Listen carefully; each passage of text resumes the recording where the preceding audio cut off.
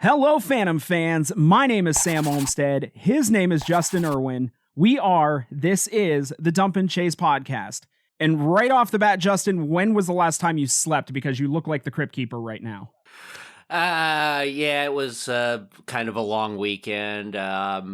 Nice trip to Rochester, New York. A couple of hockey games, which we'll get into. Went kind of on a little exploration of the Genesee River Valley with my dad, which started off at the Genesee Cream Ale Plant Brewery, downtown Rochester. So no good comes from starting off with Genesee. So you started at a brewery and then went on a hike. I can tell you right there where you went wrong. We didn't go into the brewery, but yeah, it was kind of one of those things that just like, oh, well, now I get it. Now, see, if that was me saying that, that would make sense to somebody. You know, oh, Sam went hiking. Oh, he must have been at a brewery first.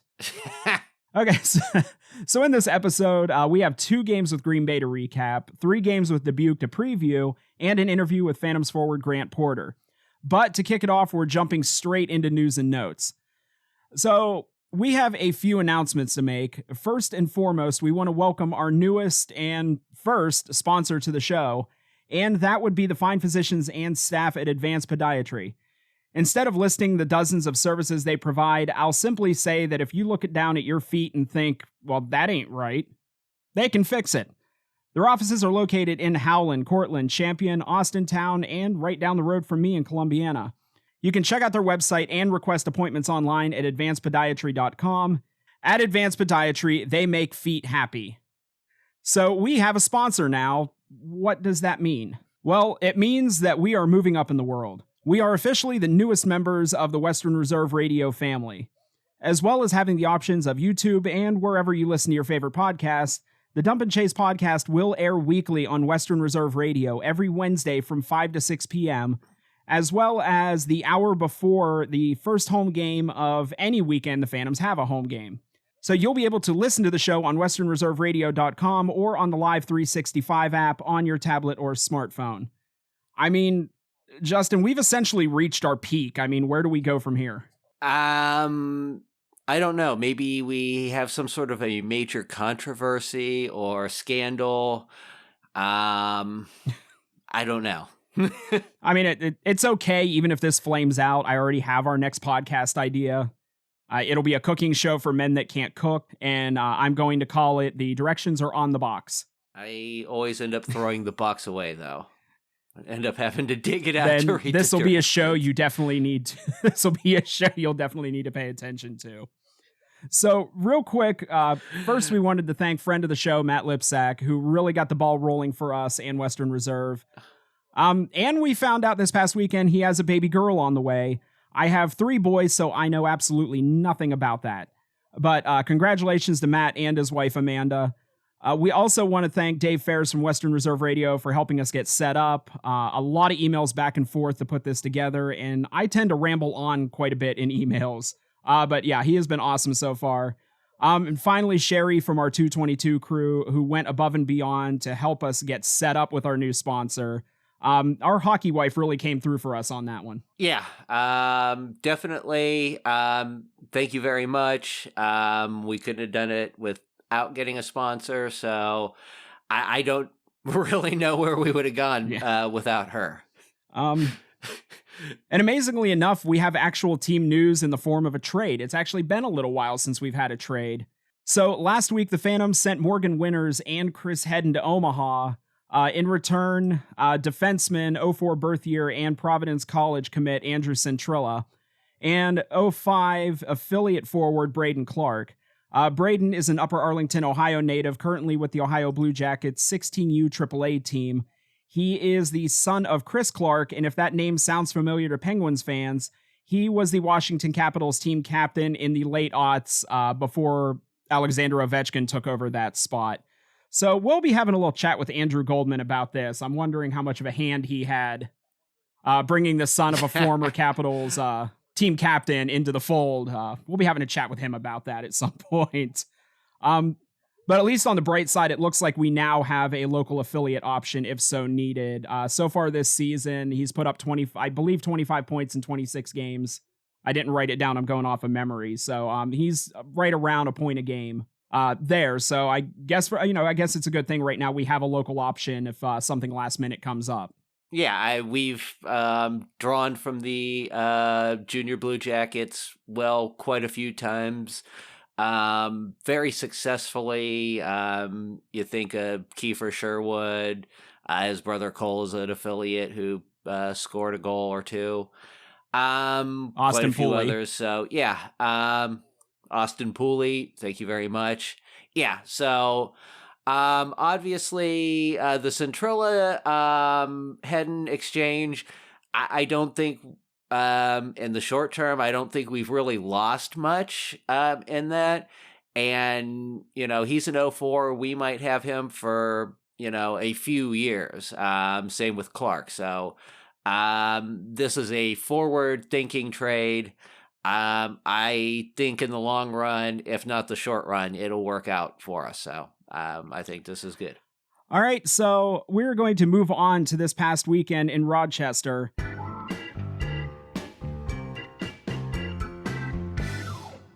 So, Justin, you made the trip up to New York. Was the American Cup everything you hoped it would be? I didn't really get my hopes up for a whole lot. I didn't know what to expect. It was kind of, I don't know. I don't know what the league's goal was here. So, yeah, I guess it was a nice trip. The event host, the Bill Gray Regional Iceplex, was fairly nice facility, 4 sheets of ice, clean. Yeah, the Rochester area, Genesee Valley area is, very nice. As far as a hockey event, I don't know what they hope to accomplish. There were a few hundred people there. A few scouts. So well, we talked about this before we started. The game on Saturday, they had it listed as 660 some odd in attendance for that game. I think I could have counted just based on what I saw on camera. I think you maybe saw 100 on camera. Yeah, there were some people watching in rooms off. I don't think that much. I that count might have been for everyone on the premises. On the premises, yeah. I mean, the parking lot was pretty full, but you had a youth tournament going on in town. You had a girls' hockey game going on one night. Some adult league hockey. So there definitely wasn't 500 or 600 people in the arena for the games. All right, so getting into the game on Friday, we'll start off as far as the scoring in this game. The first period, Green Bay got off to a pretty fast start. 20 seconds into the game, Trey Zagorzebski, we're going to go with. It just doesn't matter as much as when they're on the other team. Put Green Bay up early 1-0. At the 11:53 mark, Ethan Strachey picked up a power play goal for Green Bay. And then at 17:44 of the period, Youngstown's Winter Wallace picked up his third of the season. So cutting the Green Bay's lead in half. So the first period ends with Green Bay leading 2-1.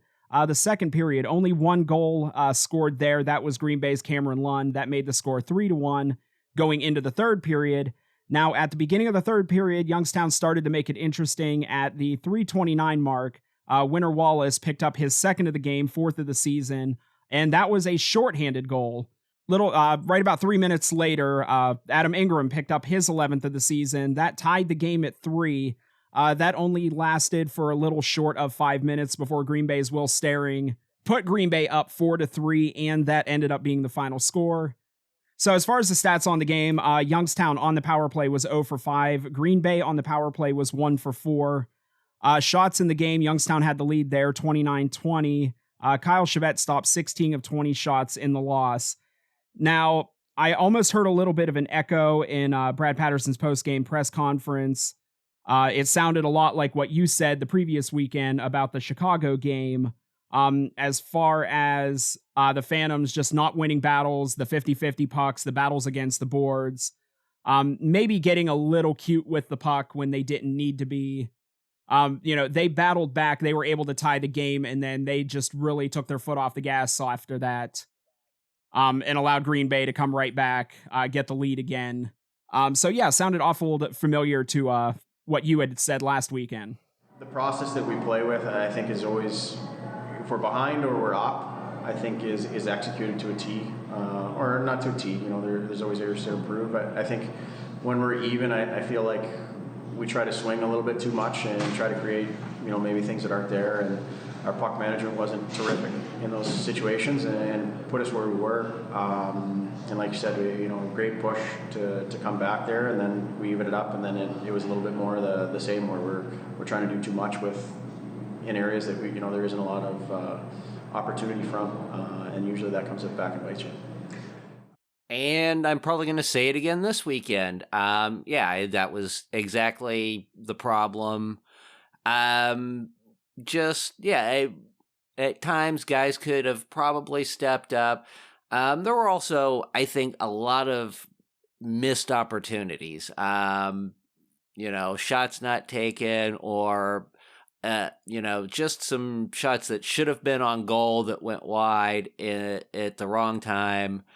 And overall, we were close, but just not there. And against a team like Chicago, that might be okay. Against Green Bay, that's not okay. We definitely should have gotten more than 1 point on the road here.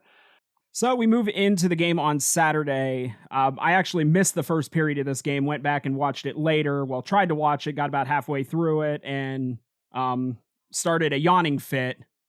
That was... no scoring in the first period of the game on Saturday. That was a snooze fest. Holy Lord.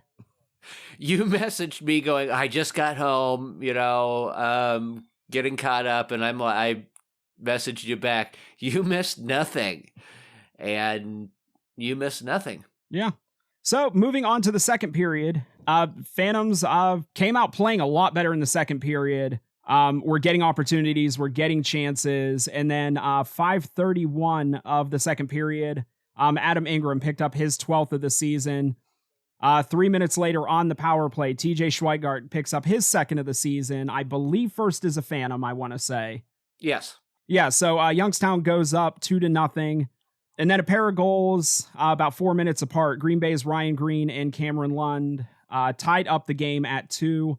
And then at 1941 of the second period, Evan Werner, who was Brad Patterson discussed before, maybe a little snake bitten, getting shots. They're just not going in. Eventually they're going to go in. It only took 24 hours for that prophecy to come true. Evan Werner picks up his first USHL goal to give the Phantoms a 3-2 lead going into the second intermission. The third period at 4:59, Cameron Lund picked up his second of the game. That tied the game at 3. That would carry all the way to overtime, which I'm going to have something to say about here in a little bit.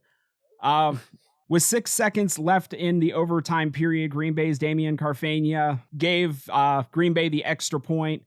So again, they win 4-3 this time in overtime. So 4 possible points this weekend. Like you said, against a team Youngstown should have done more against, but didn't. Only taking 1 out of a possible 4 points this past weekend. In this game, Youngstown on the power play was 1 for 3. Green Bay on their power play was 1 for 4. Shots, and this is actually, I think, the first time we've seen this in a little while, Youngstown getting outshot in a game. Green Bay outshot Youngstown 33-31. Kyle Chevette stopped 29 out of 33 in the loss again. So this season, his record goes to 7 wins, 4 losses, 1 overtime loss, and 1 shootout loss, with a 2.99 goals against average and a .904 save percentage. And again, after this game, Patterson repeating a lot of what he said the night before. Just the team goes up 2-0, and then just starts getting a little cute with the puck. Maybe just doing a little bit more than they needed to, getting away from the basics of, what got them to that point, allowing Green Bay to come back and then eventually winning the game. I thought there was large chunks of that game. I was really unhappy. As a group collectively, I felt like, just the simplicity of the game got away from us, and it hasn't been often this year that I come away from a game. It's not always dictated by the score. It's about the process and how you feel about the game. And I thought there was a large chunk of today that I really wasn't too fond of. I thought we got better a little bit as the game went, but the consistency factor of, like I said, like the 50-50 battle, whether it be a block shot, the wall play, like those gray areas of a game that end up dictating, whether you have success or you don't often. I felt like, for a large chunk we weren't great at, and that's something we definitely need to be better at. And it's different if you have that on a consistent basis. If it's, if you see that 7 or 8 times or whatever the case is, obviously there's an issue. My issue with it is, I've seen the guys be great at it, and I've seen over the past, 3-4 weeks that's the area that gave us success and has given us success. So to not see the consistency aspect in that tonight is disappointing. Yeah, the overtime period, we had the puck. We did not make anything happen. Green Bay barely touches the puck, and I've said in previews that Carfagna is kind of taken over for Mason Lowry. They're leading the team in scoring, and not a big surprise. He gets the overtime goal. We really, I guess I got to keep saying it, we should have done much better against Green Bay. There was really no excuse. We've talked about this in the past. Sometimes the team, when they're feeling confident, sometimes gets a little overconfident and tends to play down to the other team's level, thinking, we can just skate by. And Green Bay really kind of came out of nowhere and bit them this weekend. Okay, so that was this past weekend. The time has come for 4 points. So for anyone new to the show, 4 points is where we break down the previous weekend into 4 categories: what we liked, what we didn't like, favorite moment, and weekend MVP. By virtue of a rousing remote game of Duck Duck Goose, I will be going first. This is a really hard one. Yeah. And you hadn't slept in 2 days, so I just ran laps around you. As far as what I liked this past weekend, I would say the comeback from 2 goals down on Friday. And we've had a couple seasons now where the Phantoms are down a couple goals and you have it in your head, this game's over. They're not coming back from this. They can barely score as it is. It's starting to get to that point again, kind of the last Brett Murray season. We had several of those games. The Phantoms were down by 2 goals, and you just had that feeling they're going to come back and tie this.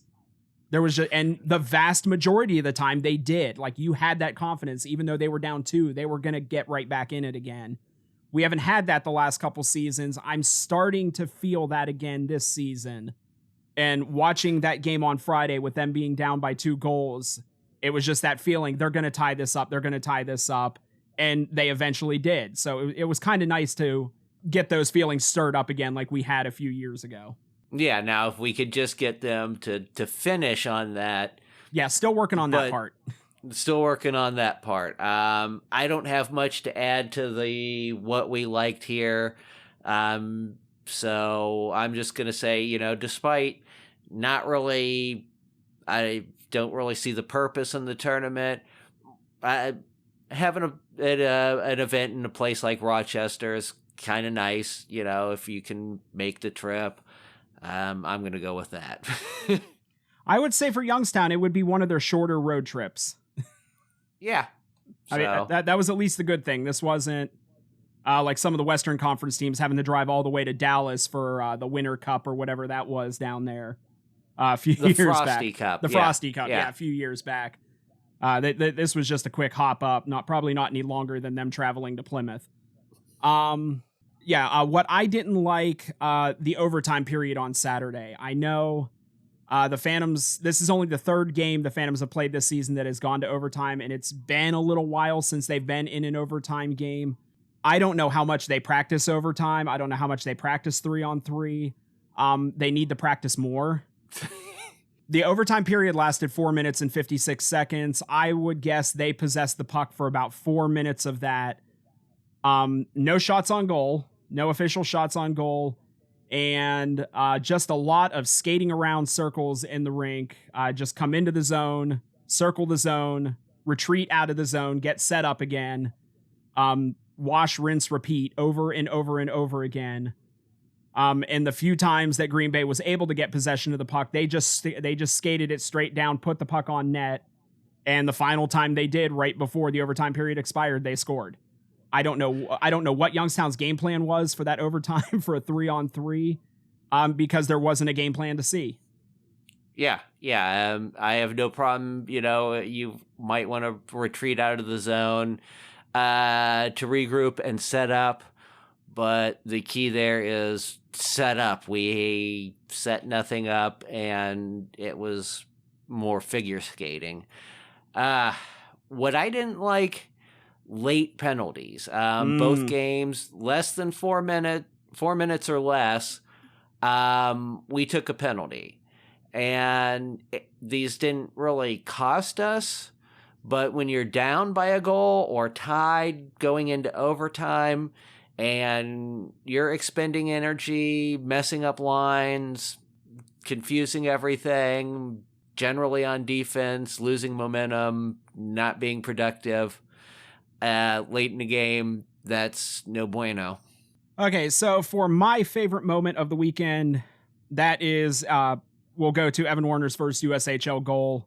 Typically, new kids in the league, you'll kind of see them get this out of the way early in the season. For the most part, he had to wait right around 20 games to get this done. So yeah, it's when you kind of add that on that the wait is just a little bit longer and you just keep barely missing getting that first one. So, to get to see that join a player when, they finally break through, they get that puck across the goal line. It's high quality entertainment to see that. And it just makes you feel good watching it. I'm going to have to go pretty much with the same thing for this week. That would have been my favorite moment. There weren't, a whole lot to pick from this week. But yeah, he had some nice stick handling on that. And just, in general, his play all weekend had been pretty good. It's nice to see a guy rewarded. And for my weekend MVP, I am going with Adam Ingram. Over the weekend, he bumped his point streak up to 14 games, tying Brett Murray's team record from a few years ago. So in this streak, in these last 14 games, he has 9 goals, 12 assists, so 21 points overall. And just the word that we keep using over and over again on this show is consistency. The second most used word would be inconsistency. But as much as we talk about it, I think more than anybody over the past month and a half, Adam Ingram by far has been the most consistent player on this team. Yeah. My weekend MVP, I'm going with Evan Warner. In addition, like I said, to his goal, he's been playing pretty high level, lot of energy. That goes a long way. And, it's nice to see, him get rewarded again with the goal. But even without that, he was doing a lot out there on the ice. So, I would think as an honorable mention in this, I think it would be a crime at least to not mention Winter Wallace, especially for his game on Friday. We've seen little flashes of his offensive ability. It just seems like everything is slowly kind of coming together this season for him. Offensively, you really saw that on full display on Friday. Yeah. He just needs to get back to the more disciplined play he had at the beginning of the season and combine that with the offense now, maybe not the late penalties. And yeah. That's putting a button on it. Well, don't take a penalty with 4 minutes left in the Yeah. game. So a couple weeks ago after the Chicago game, I got to speak to Phantoms forward Grant Porter. Grant, who is a Boston native that came to Youngstown as their Phase 2 ninth round pick this past summer. In 18 games this season, he has 1 goal and 5 assists. But with Morgan Winters moving off to Omaha, he has bumped up on the line chart. We saw him on the power play this past weekend on that top line. So I expect we're going to start seeing those numbers go up. Yeah, somebody who at the beginning of the season you were seeing as a healthy scratch, you were seeing maybe as the extra forward. You can tell the work he's put in to, consistently be in the lineup every game. And that's something we talked about. So without further ado, here is my interview with Phantoms forward Grant Porter. Okay, we're back in the back area of the Cavelli Center. The Phantoms an 8-4 loss to the Chicago Steel tonight. I am here with Grant Porter. Right away, I wanted to congratulate you, your commitment to Providence College, which was just announced earlier today. Thank you. Is it a relief to kind of get that sorted out? Just one less thing to worry about? Yeah, of course. I mean, I came into the season looking for an opportunity and was able to get that with Providence. It's definitely a relief to kind of focus a little bit more on the ice, but yeah, it's nice for sure. Now, early in the season, your ice time maybe wasn't as plentiful as maybe you wanted it to be, kind of hopping back and forth, maybe healthy scratch or extra linesman forward. Sorry. Now, in the past few weeks, we've seen that time increase. We've seen you thrive at the same time. How would you sum up how your season's gone so far? Yeah, I think I got off to a little bit of a slow start, but I've started to ramp it up, and obviously getting scratched. I mean, it's never fun, but the message was sent, and I think I've responded well, and I've done well since being scratched, and just taking every opportunity I get and just making the most of it. So. Last season, you were with the New Hampshire Junior Monarchs. That's an organization Kyle Chauvette was with a couple years ago. Have you guys ever traded war stories of your times there? Or? A little bit. We chat a little bit. It's the rink's pretty much the same, setup's the same, coach is the same, so we know a lot of the same guys, and we share some good stories, but it's good.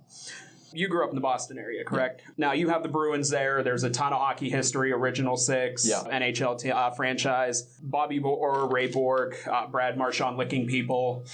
Aside from the licking part, is there a sense of pride to being a hockey player from Boston with all of that history that comes along with it? Yeah, I think so. I think a lot of the Boston guys that have come through here, they come with a chip on their shoulder.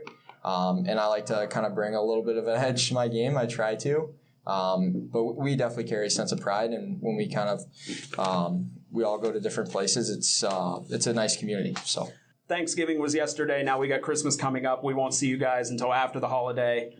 So over the next few weeks, what's your go-to Christmas jam? Probably classic, just Jingle Bells. It's a good one for us. Okay. Yeah. All right, Grant. Thank you very much. I appreciate it.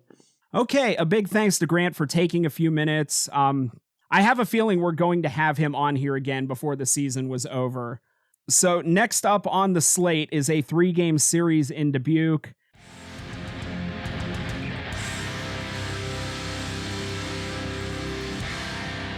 So this weekend, the Phantoms will be traveling to Iowa for 3 games with the Dubuque Fighting Saints. And we've brought up before, these games were supposed to be played here at the Cavelli Center.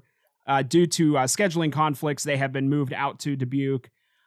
So the games are being played out there, but they will be played with Youngstown as the home team. So mainly, they're getting the last line changes those 3 games. So I guess that'll help a little bit this coming weekend. I hope, if anything, this series with Green Bay is maybe of a little bit of a wake up call. A couple weeks ago, I was feeling a little bit more confident about this series with Dubuque coming up. After the past few games, I'm a little shaky on that now, but hopefully this past weekend was a wake-up call for them. Yeah, Dubuque has always been a pretty good matchup with us, regardless of how either team is really playing. I do know Stephen Halliday is really on a tear. He's played 170 some games in the league, and he's really starting to dominate for Dubuque this season.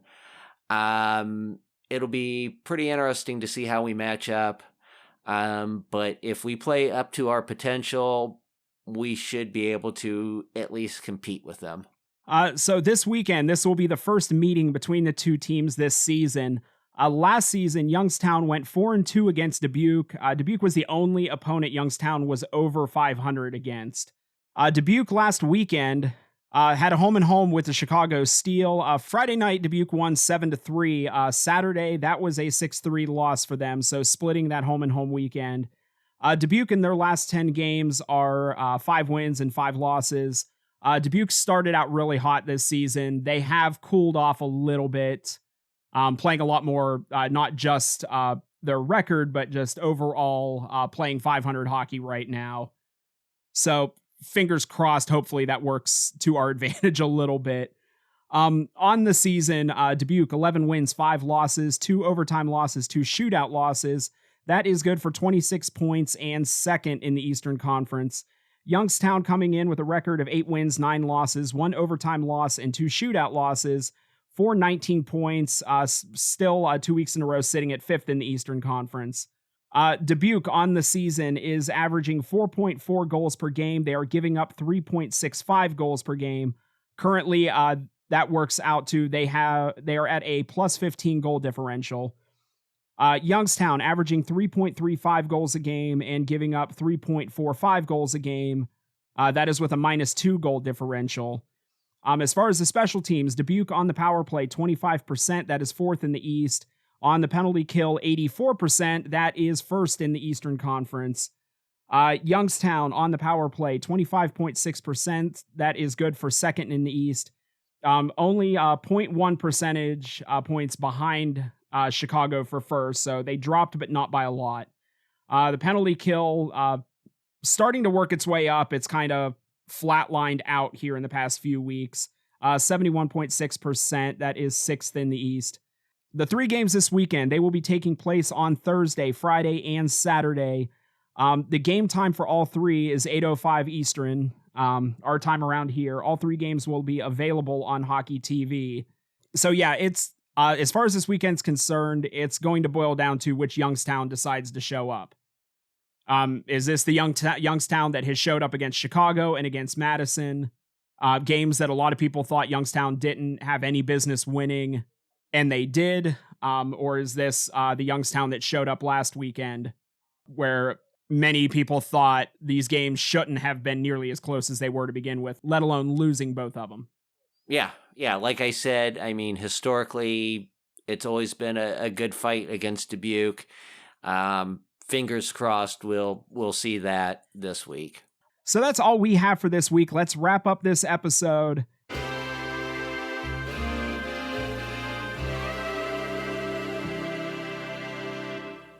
Okay, so make sure you come back around next week. Next week's episode, we will be recapping these 3 games in Dubuque, and we'll be previewing the Phantoms' last game before Christmas break with the NTDP Team USA under 18s. So this is a heck of a 4-game stretch we have coming up. Merry Christmas.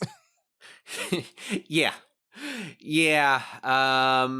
Hopefully we will get the house in order, playing Dubuque before we face the monsters up north.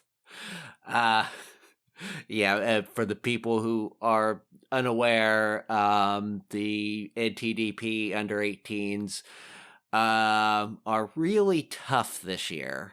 They don't need to play dirty, but they still do, and you don't want any part of it. And they've demolished a few people. I think they've even beat a couple Division I NCAA teams. So and also as far as next week's episode, as far as we know right now, we will be having Andrew Goldman on the show. He will be serving as the 3rd co-host. Fingers crossed. I haven't heard back from the latest carrier pigeon I sent to him, so hopefully something hasn't come up and we got to call an audible at the last minute. But also, again, we want to thank our new sponsor, Advanced Podiatry.